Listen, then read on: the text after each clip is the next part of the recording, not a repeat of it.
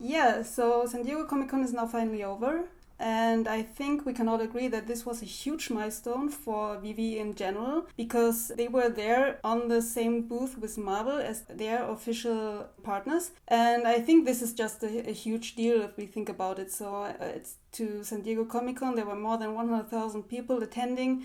And yeah, they were right there in the middle stage with Marvel. This was just a huge event for VeVe, and they shared as well all these kind of pictures and stories. And yeah, Randy did some live streams from there as well. So it really looked that they had a lot of fun. And after seeing this now, I'm super excited to go to DCon London as well and meet some of the community members there, and hopefully also get to meet some of the team members. I don't know if they confirmed if David, you or Dan were going to attend DCon, but yeah.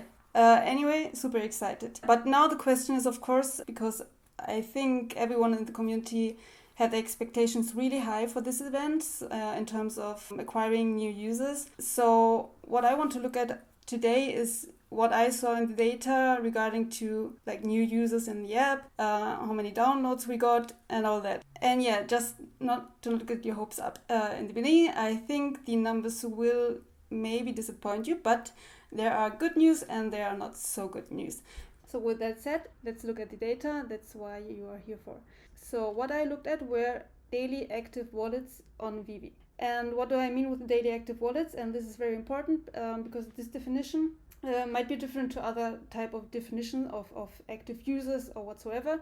So by an active wallet, I mean a wallet that made at least one transaction. So either in the secondary market or a store purchase on a drop day. This is the only way I can see if on the blockchain if a wallet has been active or not. I cannot see if someone opened the app or made a listing or something else. So my definition here of a daily active wallet is a wallet that made at least one transaction. So what did I see? I basically pulled data from the last 30 days to get a feeling of the kind of average numbers that we have. And yeah, so this is the chart. We see that more or less we are hovering around an average of 10k active wallets. Some days we have more, we reach kind of 25, and then some days we have less. But yeah, so the interesting part here would be the weekend of the San Diego Comic Con. But what we see here is that actually we didn't see a lot of increased activity on the app during the weekend, although we might have expected it.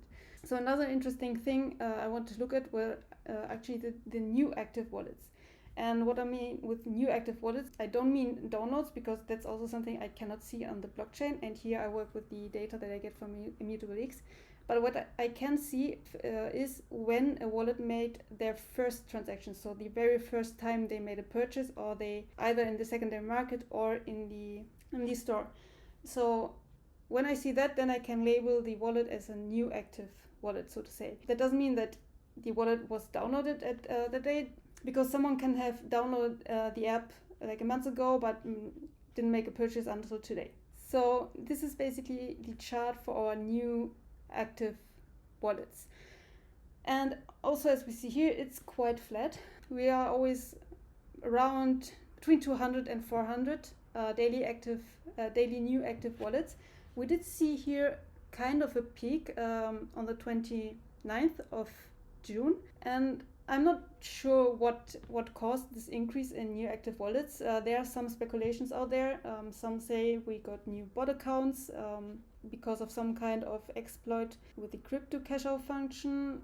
Maybe these were genuine new active users, I don't know. But the interesting is actually here the dates for the San Diego Comic Con. Yeah, and I think it's not that what we wanted to see. We actually see that we didn't get like a lot of new active wallets during that days. Basically, in the data, we don't see any increased activity due to San Diego Comic Con.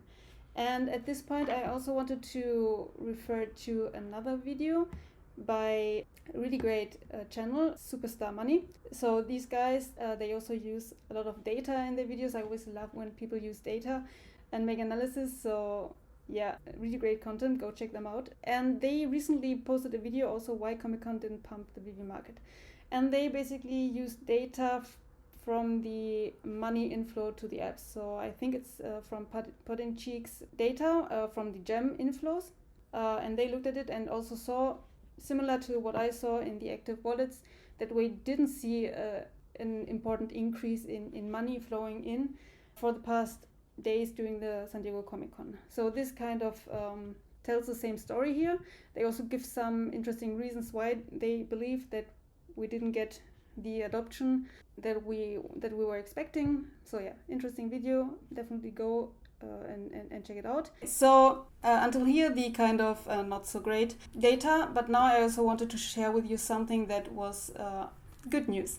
And I had a look again at the platform, the data.ai platform, where I can look at like download data.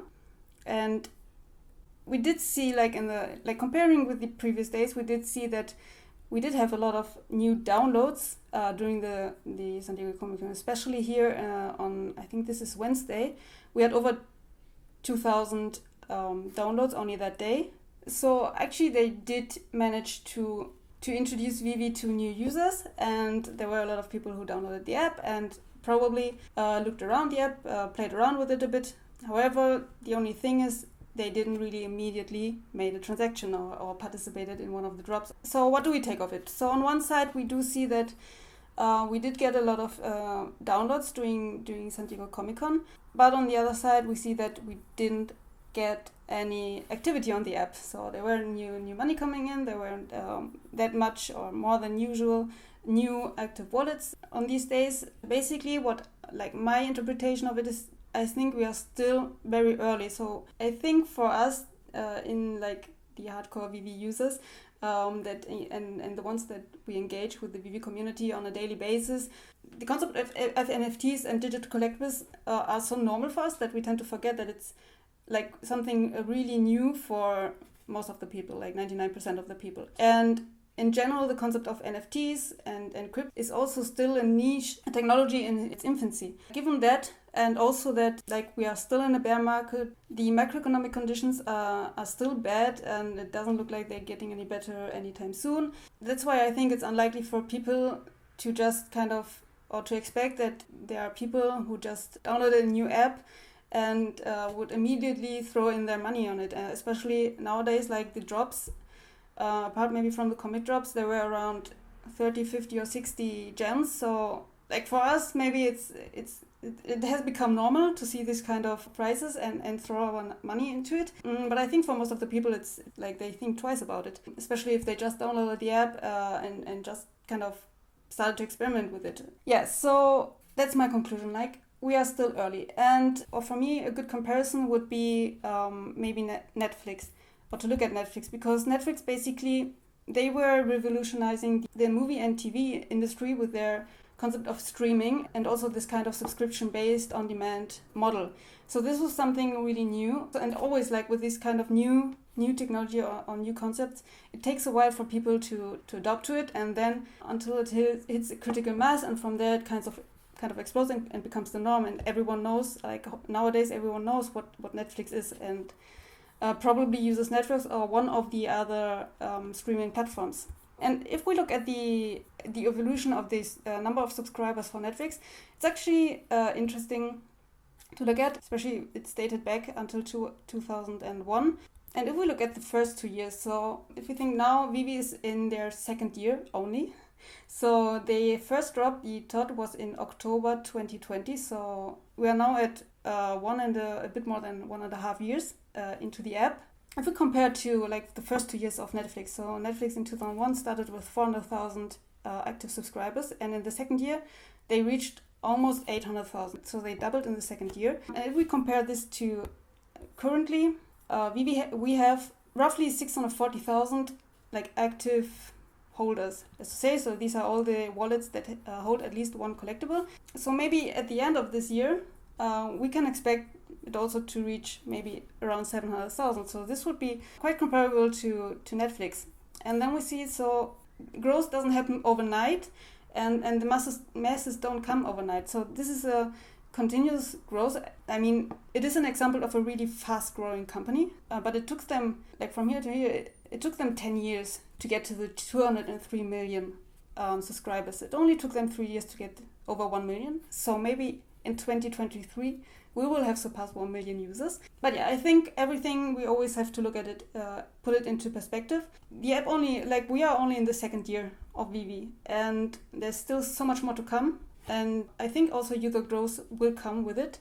And also market conditions will get better. I'm sure we will get another crypto bull run where the narrative will be very focused on the metaverse and NFTs. So yeah, I think it's just a game of patience and just have realistic expectations. So all in all, yeah, maybe the numbers for new users during this Comic-Con are not what we expected, or at least the impact currently on the app was not as we have wished for. But in the grand scheme of things, we did see an interest in the app. I think it was a huge milestone for VeVe to be at Comic-Con with Marvel as our official partner. And yeah, I'm still very bullish for all that is to come. And yeah, that's all I had to share with you today.